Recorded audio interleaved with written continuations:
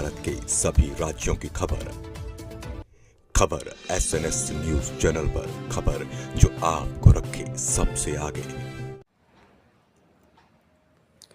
सावन मास में कांवड़ यात्रा को देखते हुए सीतापुर प्रशासन अलर्ट मोड पर है। बड़ी संख्या में कांवड़ियों के रतनगंज घाट से जल लेकर गोला गोकर्णनाथ धाम जाने को देखते हुए विद्युत सुरक्षा व्यवस्था को विशेष रूप से मजबूत किया जा रहा है। इसी क्रम में अधीक्षण अभियंता ललित कृष्ण ने चहलारी घाट और रतनगंज घाट का निरीक्षण किया। उन्होंने घाटों पर विद्युत व्यवस्थाओं, ट्रांसफार्मरों और बिजली लाइनों की स्थिति का जायजा लेते हुए स्थानीय लोगों को सुरक्षा के प्रति जागरूक किया।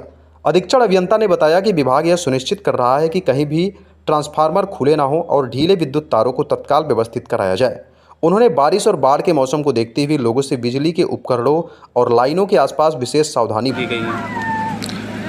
यहाँ पर सबसे पहले तो यह है कि जो हमारे रास्ते में ट्रांसफार्मर से रिलेटेड इश्यूज़ हैं, जो ट्रांसफार्मर के मान लीजिए तार नीचे हैं, काफ़ी जगह पे हमने अपना कंप्लीट कर दिया है। लेकिन और भी जो छोटी छोटी पॉकेट्स हैं जहाँ पे हो सकती है, अभी मैं काफ़ी एक यहाँ से चहलारी से होता हुआ आ रहा हूँ, तो वहाँ पे कुछ जगह पे मुझे अभी भी कुछ जो कमियाँ मिली थी वो मैंने इंडिकेट कर दिया है। वो भी ये लोग कल तक कर देंगे पूरा, ठीक है ना। तो उसमें हम तो अपने स्तर से अपना पूरा कर ही रहे हैं काम।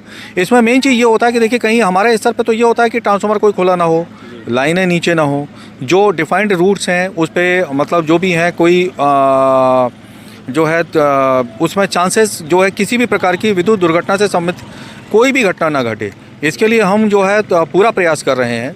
पूरी टीम लगी हुई है और हर रूट को हम लोग जो है स्वयं विजिट कर रहे हैं। तो जैसा कि देखा जा सकता है कि पहले पिछले कुछ सालों में इस तरीके की व्यवस्थाएं नहीं हो पाती थी, लेकिन आज के परिप्रेक्ष्य में अगर देखें तो व्यवस्थाएं सुधरी हुई। यहाँ पर जो है पूरा वातावरण चेंज है, चारों तरफ जो है चाक चौबंद है, सारी व्यवस्थाएं। नहीं, बिल्कुल, देखिए आपने बहुत अच्छी बात बताई है। और सबसे पहले तो मैं ये कहूँगा कि देखिए, जान एक महत्वपूर्ण चीज़ है, एक अमूल्य धरोहर है आदमी को ईश्वर की दी हुई, उसको सुरक्षित रखना हर आदमी का दायित्व है।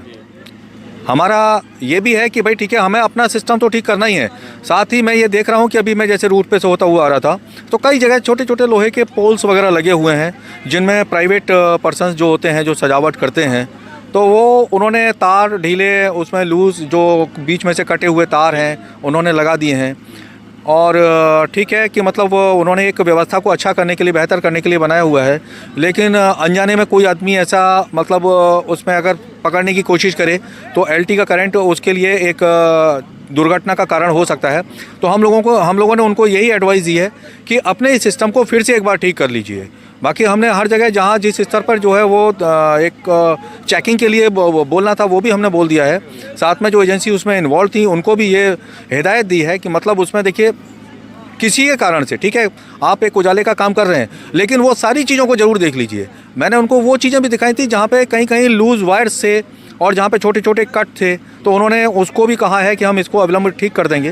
तो ये सारी चीज़ें बड़ी जगह पे जो है हम लोग कोशिश कर रहे हैं कि जो है अनुरोध कर रहे हैं कि वहाँ पर प्रॉपरली कनेक्शन लिए जाएं, जो ताकि उसमें इलेक्ट्रिकल सेफ्टी की चेकिंग हो सके और उसके माध्यम से जो कमियाँ हैं वो सही ठीक की जा सकें। सर, जिस तरीके से देखा जा सकता है कि जहाँ पर हम लोग खड़े हैं बाढ़ पीड़ित एरिया है, तो अभी बाढ़ का भी समय है, नदी भी बढ़ी हुई है जी। तो जो ग्रामीण है उनको क्या संदेश देना चाहेंगे, किस तरीके से मतलब बिजली आ रही है या फिर कहीं पर बाढ़ आ रही, कहीं मैं उतर रहा है? जी, तो उनको मैं यही एक अपनी तरफ से एक